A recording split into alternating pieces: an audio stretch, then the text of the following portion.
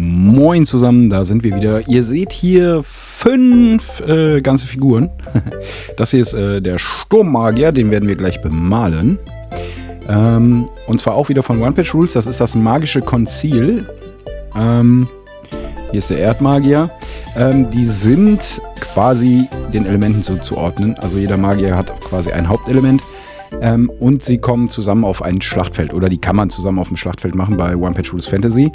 Das hier ist der Wassermagier, der schön auf seiner Welle da reitet.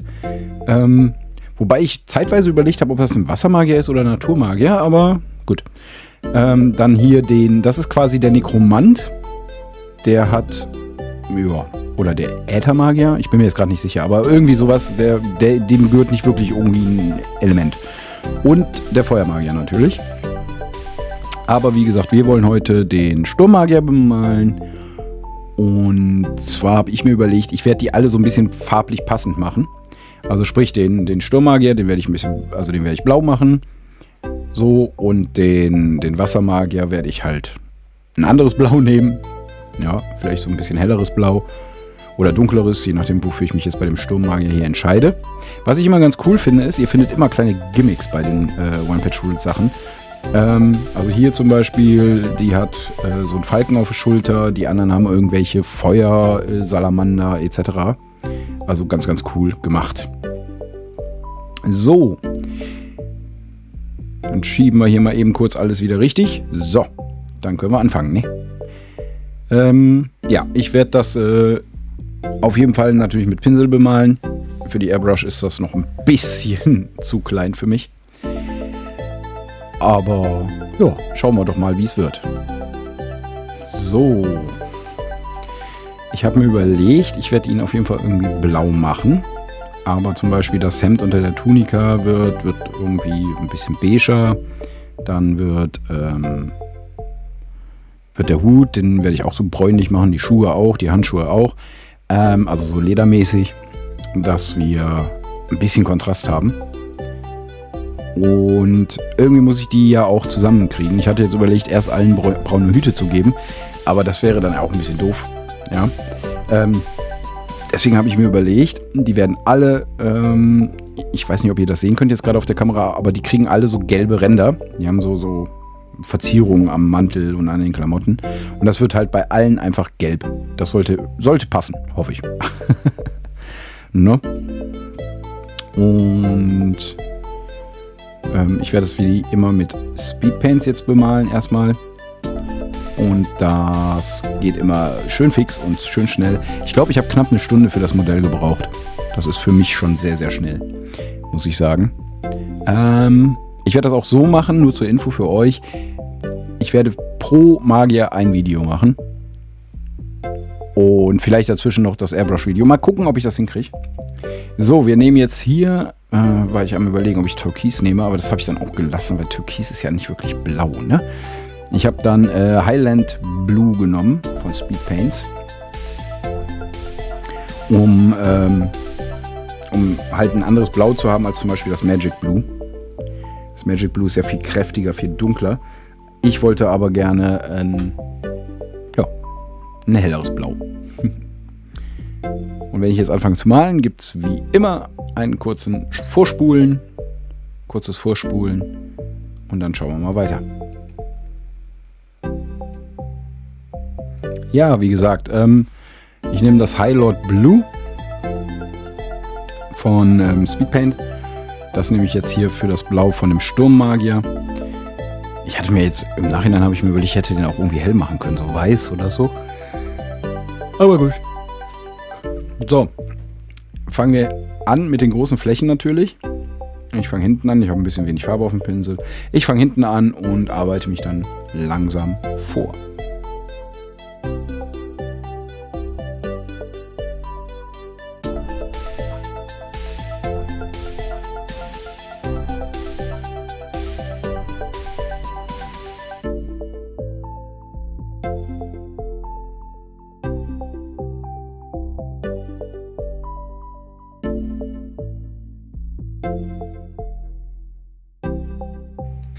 So, jetzt haben wir das Blau soweit fertig.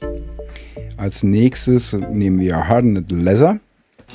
damit werde ich den Hut machen und die Schuhe.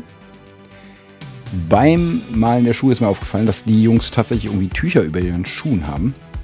Die mache ich dann immer passend, habe ich mir überlegt, für die, also zu den Roben und Umhängen. Sprich, also er bekommt hier so blaue Tücher drauf auf die Schuhe.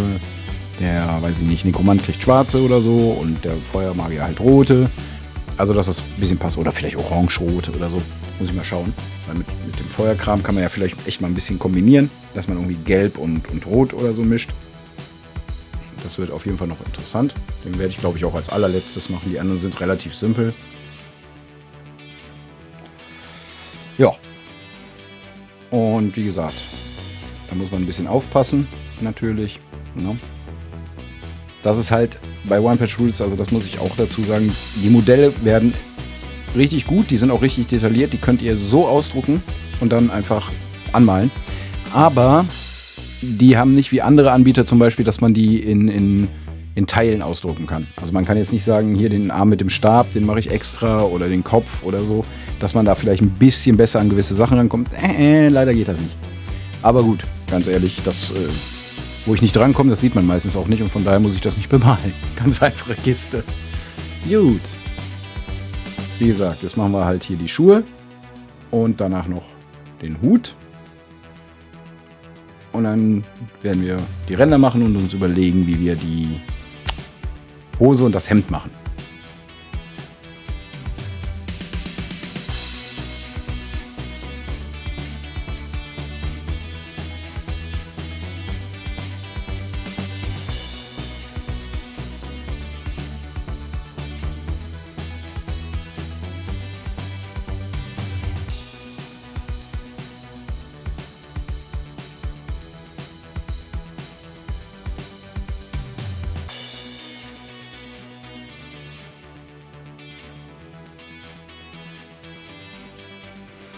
So, jetzt fangen wir mit den Rändern an.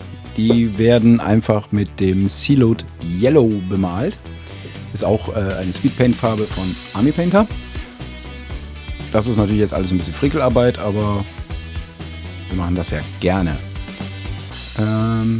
Den Stab zum Beispiel, da habe ich vor, Gold zu benutzen und auch bei dem,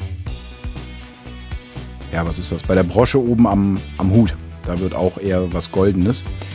Aber das wird auch tatsächlich gemischt. Und zwar wird da Sealot Yellow gemischt mit, welches Gold war das? Ich glaube Poisoned Gold oder so ähnlich. Ich schaue gleich nochmal nach, dann zeige ich es euch oder sage es euch. Ja, also so geht das jetzt hier erstmal weiter. Dass ich erstmal den Feinschliff da reinkriege. Ich finde, der sieht jetzt schon gut aus. Auch das mit dem Hut finde ich gut. Ja, das mit dem Hut finde ich gut. Ha! Spruch für ein T-Shirt. Mit Hut ist gut. Oder so. Ich habe noch einen anderen Spruch fürs T-Shirt. Das ist mir heute aufgefallen für ein T-Shirt. Müssen wir mal gucken, vielleicht mache ich das sogar mal. Gibt es dann im Merch-Shop. Tabletopper sterben erst, wenn die letzte Miniatur bemalt ist. Kennt ihr garantiert den Spruch. Und dann könnt ihr drunter fügen, ich habe einen 3D-Drucker, wenn ihr einen habt. Das wäre so geil, oder als T-Shirt. Tabletopper sterben erst, wenn die letzte Figur bemalt ist. Ich habe einen 3D-Drucker. So, jetzt lasse ich euch darüber mal nachdenken, über meine Weisheiten hier. Und wir sehen uns dann, wenn wir gleich über das Gold reden.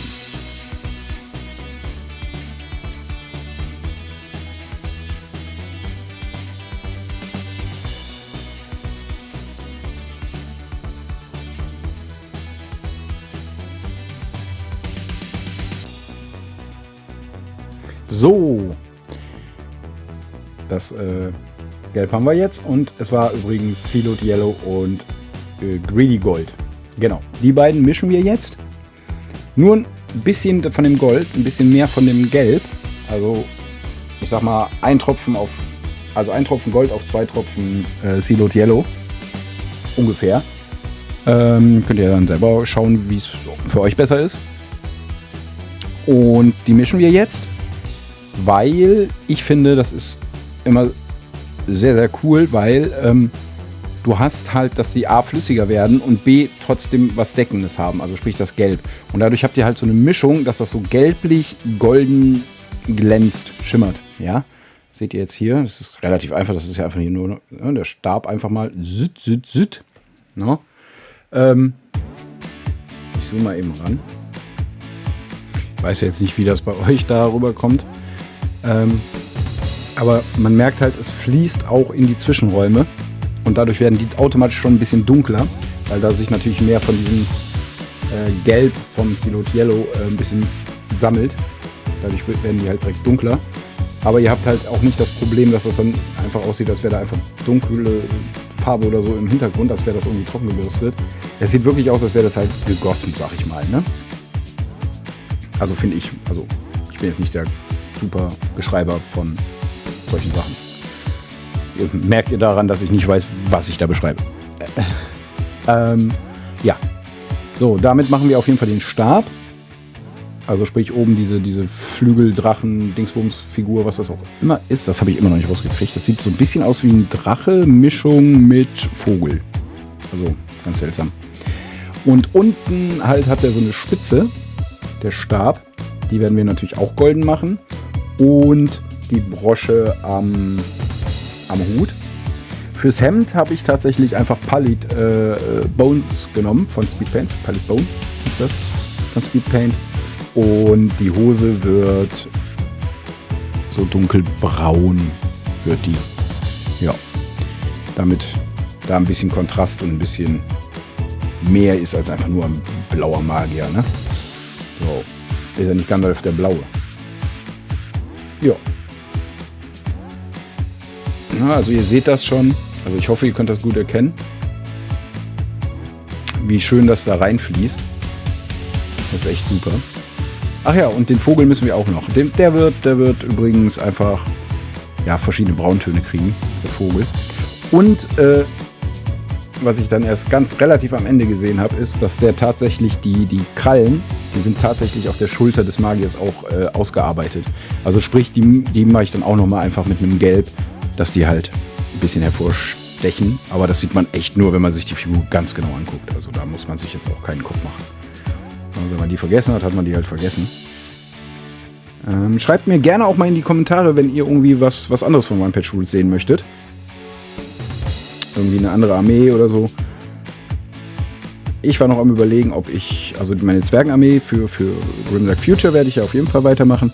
Aber ich war auch am Überlegen, ob ich mir eine, so Alien Hives, also sowas wie die Tyranniden, ob ich das vielleicht auch mal mache als Armee. Aber könnt ihr ja gerne in die Comments schreiben. Oder auch andere Modelle, ne? Wenn ihr irgendwelche Modelle habt, die ihr gerne mal bemalt sehen möchtet. Ja, also wenn es nicht unbedingt was ist, was ich teuer kaufen muss. Aber ich weiß nicht, es gibt ja Modelle von nicht von One Page Rules, sag ich schon, von Warhammer, glaube ich. Die kosten um die 400 Öcken. Alter, nee, so ein Ding stelle ich mir hier nicht hin. So, genau, und jetzt machen wir halt noch den Kleinkram hier, die Broschen etc. pp. Machen wir alles auch mit dem Gold. Und dann sind wir eigentlich größtenteils fertig. Dann noch ein bisschen Gesicht, ein bisschen Haare und das war's dann.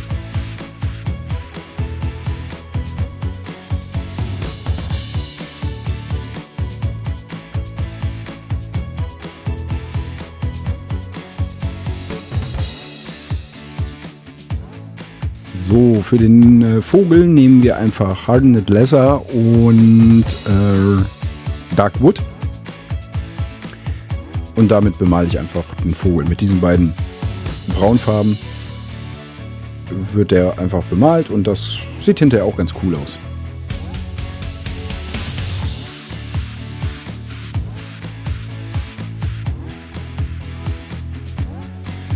So, für die Haare nehmen wir Fire Giant Orange. Davon werden damit werden die Haare von dem Magier bemalt, beziehungsweise von der Magierin. Das ist tatsächlich eine Frau, die gute hier. Das ist nämlich eine Magierin. Habe ich eben festgestellt. Was ich auch sehr cool finde, ist also die Sturmmagierin und die Feuermagierin. Also das sind beides Magierinnen und ich glaube, die anderen 3 sind Männer. Aber das Coole ist, bei der Feuermagierin, das ist mir jetzt auch erst aufgefallen, wo ich das Modell näher angeguckt habe, die hat so einen Zigarrenstummel im Mund. Das finde ich voll geil. Irgendwie so für so einen Feuermagier. Ah, finde ich gut. Hä? Ich liebe es, wenn ein Plan funktioniert. Nee, wie hat das immer gesagt? Ich liebe es, wenn ein Plan funktioniert. Genau. Ja.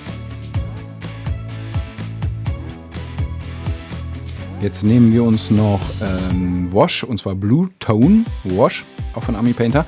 Damit mache ich hinten am Umhang die Vertiefung ein bisschen dunkler. Weil irgendwie gefällt mir das gerade nicht so hinten am Mantel. Der sieht irgendwie sehr eindimensional aus. Also hinten. Ne?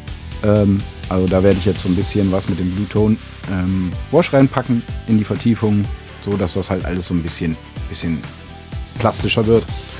Und dann ist er eigentlich fertig. Ich möchte mich natürlich dafür bedanken, dass wir jetzt mittlerweile 700 Leute hier auf dem Kanal sind. Das finde ich so geil. Danke dafür erstmal. Bei 1000 gibt es ein Special, ich weiß aber noch nicht was. Also finde ich echt cool, dass ihr meine Videos ja scheinbar mögt. Ja? Und mein Gelaber, in Anführungsstrichen. Aber wie gesagt, ich bin halt kein Profi, in Anführungsstrichen. Ne? Ich mache das hobbymäßig und genauso mache ich den Kanal hier eigentlich größtenteils hobbymäßig. Natürlich, wenn ich irgendwann damit ein bisschen Geld verdiene, ne, kann ich mir mehr Hobbyzeug kaufen. Aber genau dafür soll der auch da sein. Ne? Und dass man sich halt so ein bisschen connecten kann auch und ein bisschen Tipps geben kann. Übrigens, für Connecten und Tipps, unten in der Kanalbeschreibung, da gibt es einen Discord-Link. Da könnt ihr gerne mal reinkommen. Das ist mein Discord, also das ist was ganz Simples, Einfaches. Da treffen wir uns, wenn wir zusammen irgendwie abends am Maltisch sitzen, aber niemanden zum Quatschen haben, dann kann man da drüber quatschen. Wir stellen unsere Modellbaubilder rein, etc. pp. Also könnt ihr da gerne mal vorbeischauen. Und ja, wie immer auch natürlich danke an alle Kanalmitglieder, die wie gesagt mittlerweile auf 700, also Kanalabonnenten, die mittlerweile auf 700 angewachsen sind. Die seht ihr jetzt hier wieder durchlaufen. Und ja, wie immer gibt es am Ende Fotos von den Modellen. Ich danke euch fürs Zusehen. Teilt gerne das Video, kommentiert das Video, fragt mich irgendwas, macht Vorschläge, Ideen, wie auch immer. Nur halt irgendwie so blöde Kommentare, ne? Die kann man sich natürlich sparen. Ja, und ja, ich wünsche euch auf jeden Fall noch eine wunderschöne Woche und dann sehen wir uns im nächsten Video. Bye, bye.